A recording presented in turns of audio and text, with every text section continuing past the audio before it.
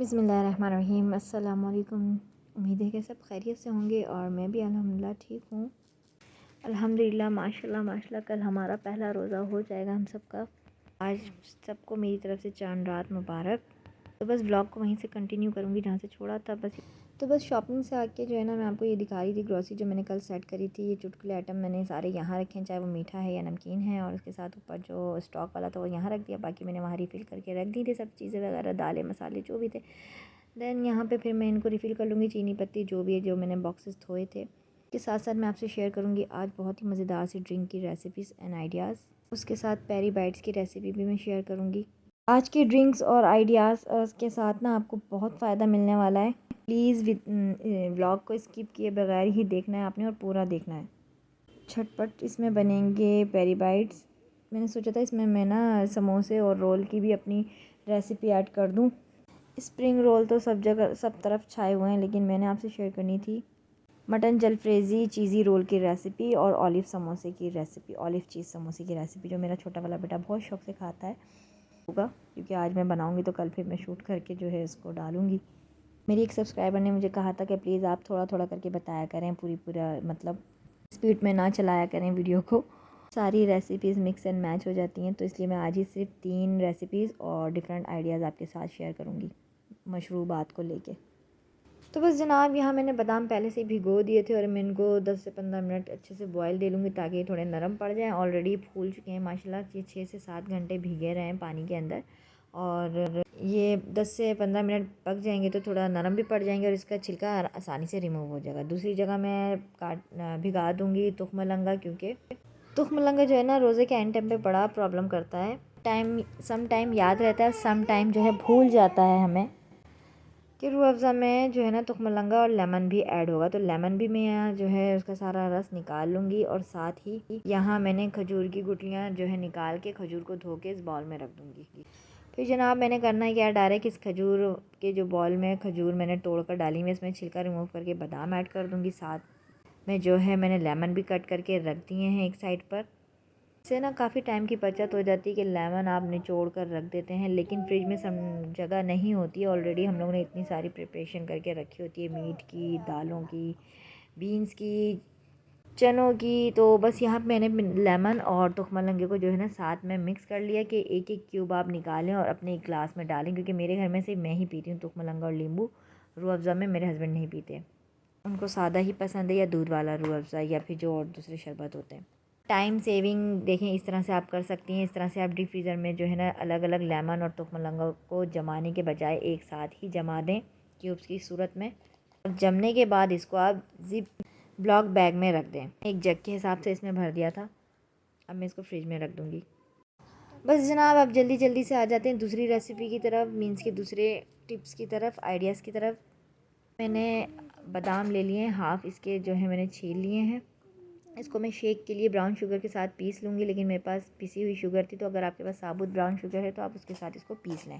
Cake में बड़े मज़े का लगेगा ये वाला क्यूब, स्ट्रॉबेरी हो या फिर आड़ू और सेब। आड़ू वैसे भी अब आजकल गर्मियों में अब सीज़न में इन हो जाएंगे, बल्कि आ चुके हैं, आड़ू का भी सीज़न है।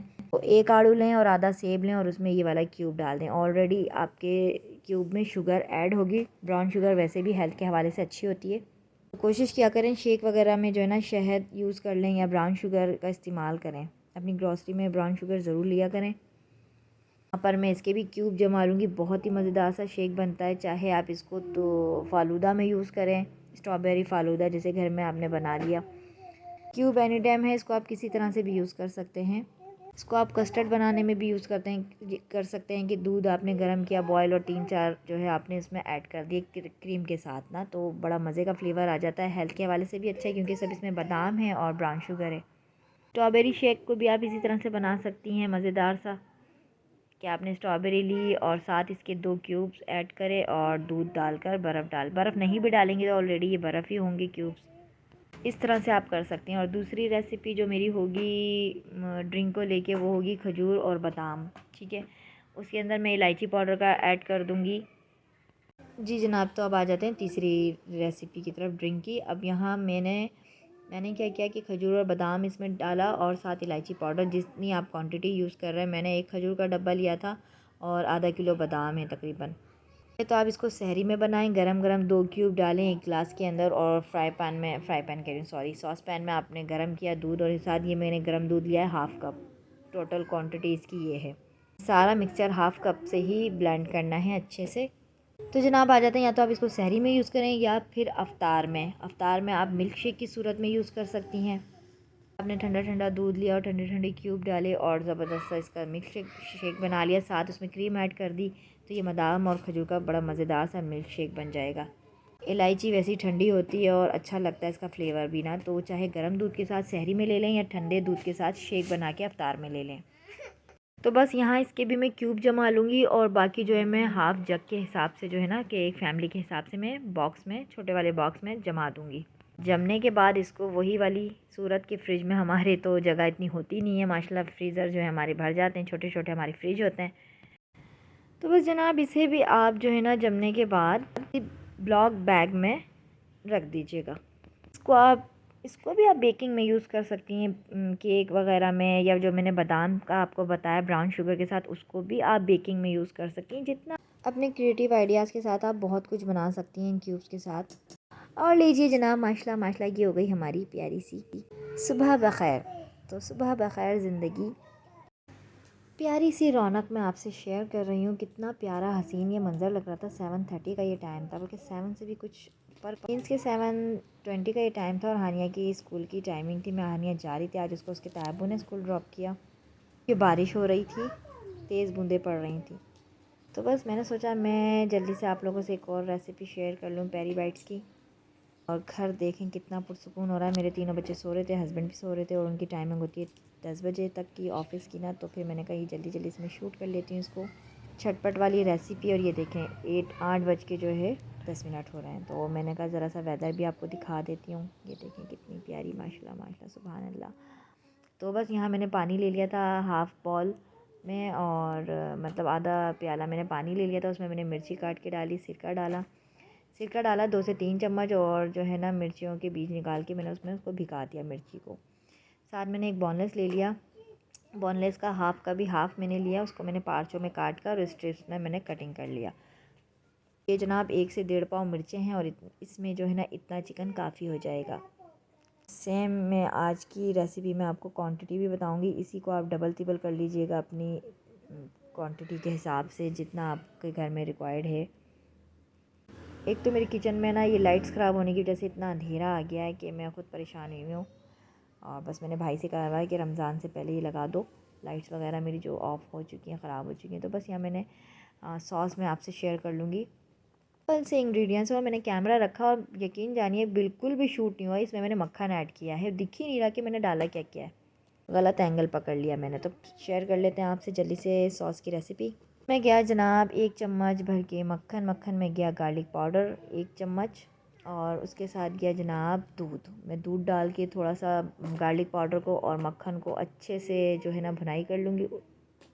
और उसके बाद जनाब चली गई मलाई के 4 चम्मच मैंने भर के डाले हैं टेबल स्पून वाले, और उसको अच्छे से भूनने के बाद उसमें गए 2 चम्मच क्रीम चीज़ के। उसके बाद गया 1 चम्मच भर के पेपरिका पाउडर, साथ में फिर दूध मैंने हाफ़ कप ही लिया है सारी सॉस को रेडी करने के लिए। वफ़े से मैं दूध डालती गई हूँ और भुनाई करती गई हूँ, सिर्फ हाफ़ कप दूध के साथ, ज़्यादा दूध इसमें ऐड नहीं किया। ये देखिए मैंने कितना थोड़ा थोड़ा डाल के मैं भूनती रही हूँ, और ये बहुत ही, और साथ गया इसमें सॉल्ट।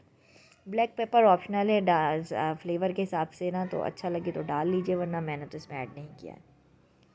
तकरीबन 10 से 15 मिनट मैं ना इसको चलाती रही हूँ, तो तब मतलब ये सॉस थिक बननी चाहिए और फ्लफ़ी सी होनी चाहिए, स्मूथ सी, गुठलियाँ नहीं होनी चाहिए। बस इसको मैं अच्छे से लास्ट में भून रही हूँ इसको। ये देखें आप कितना अच्छा सा इसका थिक सा टेक्सचर है,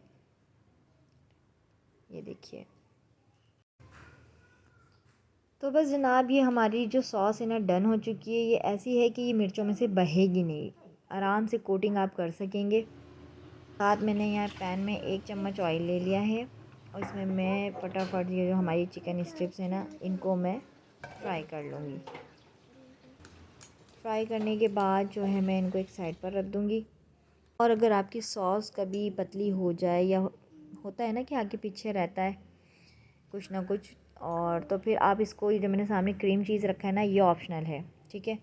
अगर पतली हो जाए तो आप इसके 2 चम्मच डाल के अच्छे से इसको फेंटेंगे। मैंने इसको पकाने के बाद अच्छे से फेंटाई भी की। और यहाँ मैं चाय पी रही थी और टाइम पीछे आप देख सकते हैं 9:30 का टाइम हो रहा है तकरीबन घड़ी में मेरी, 9:30 में 5 का मैं। तो मेरी मैड आ चुकी थी, वो अपना काम कर रही थी और मैं अपना काम कर रही थी। तो यहाँ मैंने 2 चम्मच मायो क्रीम के ऐड करके अच्छे से इसकी फटाई करी। आप दूर से ही देख सकते हैं कितना शाइनी और फ्लफ़ी और कितना स्मूथ उसका पेस्ट बना है। चम्मच से मज़ा नहीं आएगा तो आप भी अपने हाथ को ही यूज़ कीजिएगा। हाथ से ना बिल्कुल साफ़ सुथरी फीलिंग होगी इसकी। और पहले मैंने चिकन के स्ट्रिप्स इसके अंदर भरे थे और उसके बाद ये सॉस मैंने इसके अंदर भर दी। जनाब सॉस भरने के बाद अब आ जाते हैं हम इसकी कोटिंग की तरफ। कोटिंग के लिए हमें चाहिए ब्रेड क्रम, कॉर्नफ्लावर और सिंपल सा ये जो है एक अंडा चाहिए होगा। तो बस जनाब मेरी कोशिश थी कि मैं आज के व्लॉग में ना आपको पेरी बाइट्स के साथ ना ऑलिव चीज़ समोसे की रेसिपी भी दे सकती और क्या नाम है, मेरी पूरी कोशिश थी।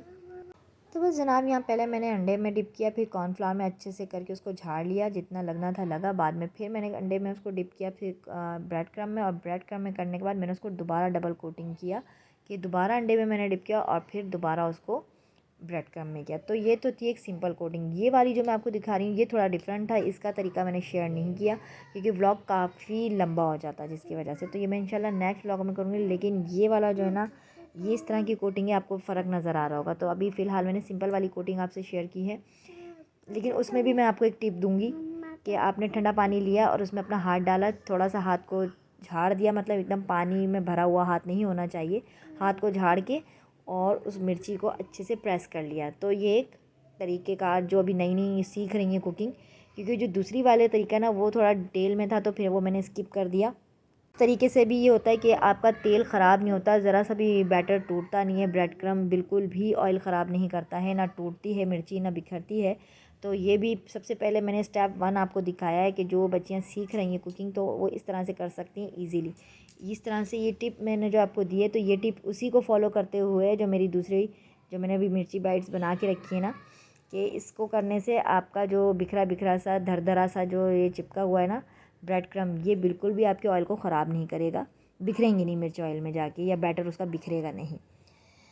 तो बस मेरे काम भी चल रहे थे साथ साथ। ये देखिए मेरे हाथ का चम्मच इर्तिज़ा साहब के हाथ में आ चुका है, लेकिन वो चम्मच फिर मैंने ले लिया था और साथ फिर मैंने मिर्ची बाइट्स, ये देखिए दोनों में ज़मीन आसमान का फ़र्क नज़र आ रहा होगा काम के अंदर, कि वो थोड़ा धरधरा है, उभरा उभरा, और ये बिल्कुल परफेक्ट चिपकी हुई कोटिंग है। तो इंशाल्लाह ये रमज़ान में ही आपसे शेयर करूँगी इस कोटिंग को भी।